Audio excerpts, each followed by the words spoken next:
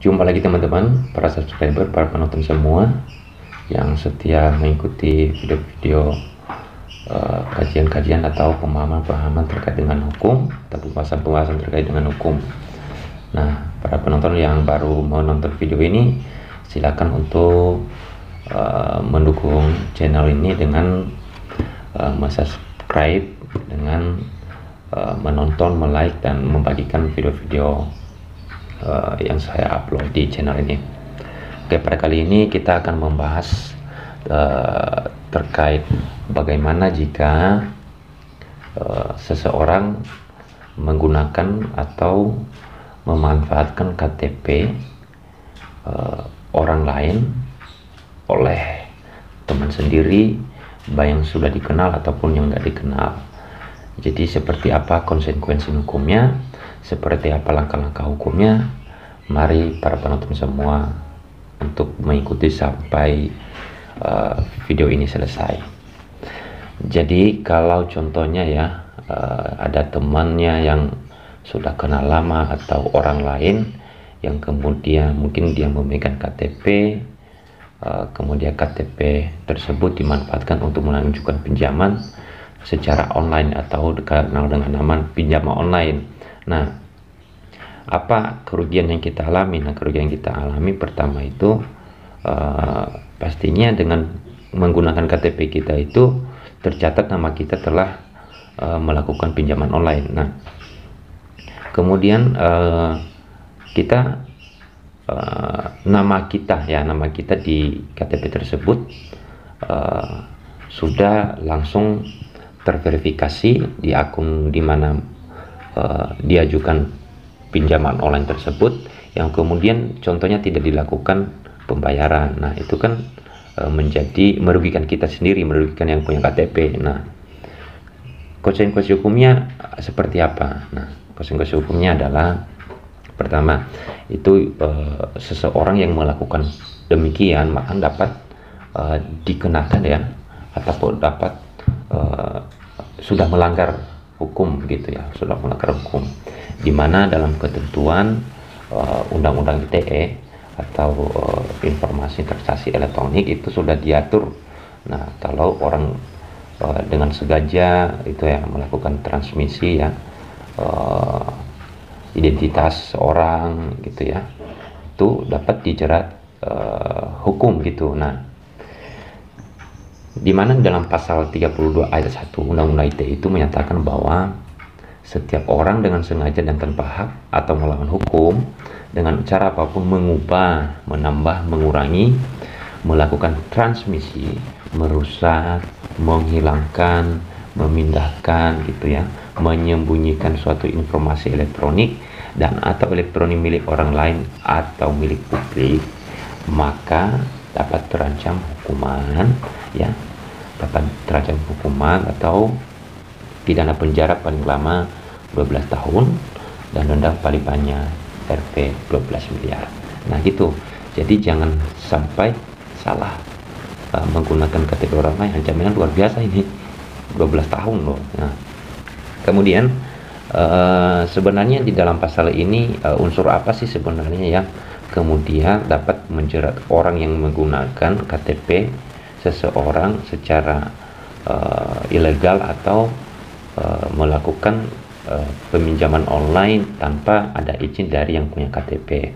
Di sini kan sudah jelas tadi mengatakan bahwa setiap orang dengan sengaja dan tanpa hak. Nah, jadi unsurnya di sini ya, setiap orang dengan sengaja dan tanpa hak melakukan transmisi. Nah, melakukan transmisi itu kalau menurut KBBI atau Kamus Besar Bahasa Indonesia adalah pengiriman gitu ya, pengiriman, penerusan pesan dari sebagiannya dari seseorang kepada orang lain gitu. Jadi unsur-unsur yang dilanggar dalam pasal 32 ayat 1 tadi itu dia sengaja gitu ya, sengaja menggunakan KTP tersebut untuk mengirimkan ya, meneruskan tanpa izin ya dari pemilik KTP tersebut, sehingga dapat dijerat dengan pidana ini ya, pidana undang-undang itu tadi. Nah, kemudian akibat pelanggaran yang dilakukan oleh orang tersebut itu secara perdata ya, secara perdata itu artinya dia telah melanggar undang-undang hukum perdata.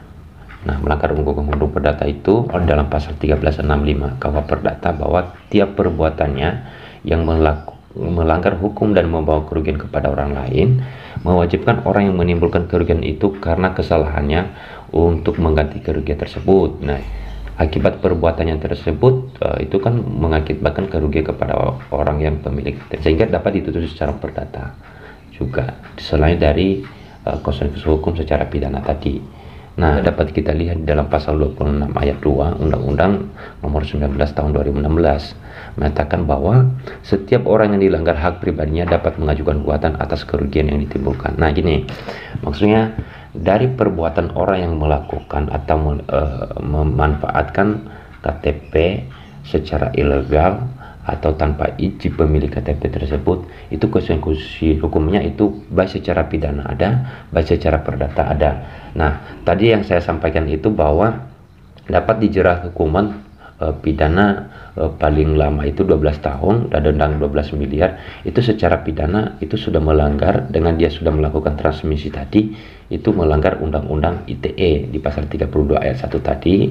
Nah, kemudian kalau secara perdata, nah atas perbuatan yang tersebut juga bisa melakukan gugatan, yaitu gugatan perbuatan melawan hukum. Nah, dia telah melanggar hukum dengan tanpa izin tersebut dan mengakibatkan kerugian terhadap terhadap pemilik KTP tersebut.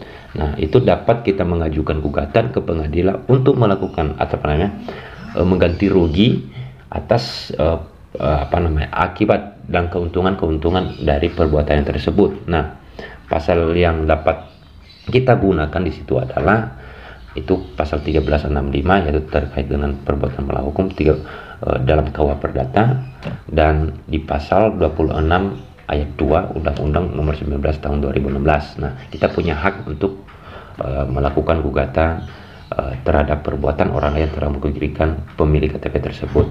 Nah, jadi hati-hati menggunakan KTP orang lain, jadi dapat terjerat hukum ya, jika tidak ada izin ya, atau tidak dibolehkan oleh pemilik KTP yang ada namanya dalam KTP tersebut. Nah, jadi konsekuensi hukumnya itu ada gitu ya. Kalau ada yang bertanya seperti apa konsekuensi hukum orang yang memanfaatkan atau menggunakan KTP saya zaman online tersebut, itu ada gitu ya konsekuensi hukumnya, baik secara pidana itu baik secara perdata. Maka bagi para penonton yang menonton video ini, jangan sekali-sekali melakukan atau memanfaatkan atau menggunakan KTP orang lain untuk melakukan pinjaman online atau di akun-akun pinjaman online, karena dapat terjerat hukum gitu ya. Jadi terima kasih, kurang lebih banyak pembahasan kita pada video kali ini. Semoga bermanfaat, dan jika manfaat buat para penonton, silakan untuk dibagikan kepada rekan-rekannya, kepada saudara-saudaranya. Baik, terima kasih, sampai sini video kali ini, sampai jumpa kembali. Salam sehat.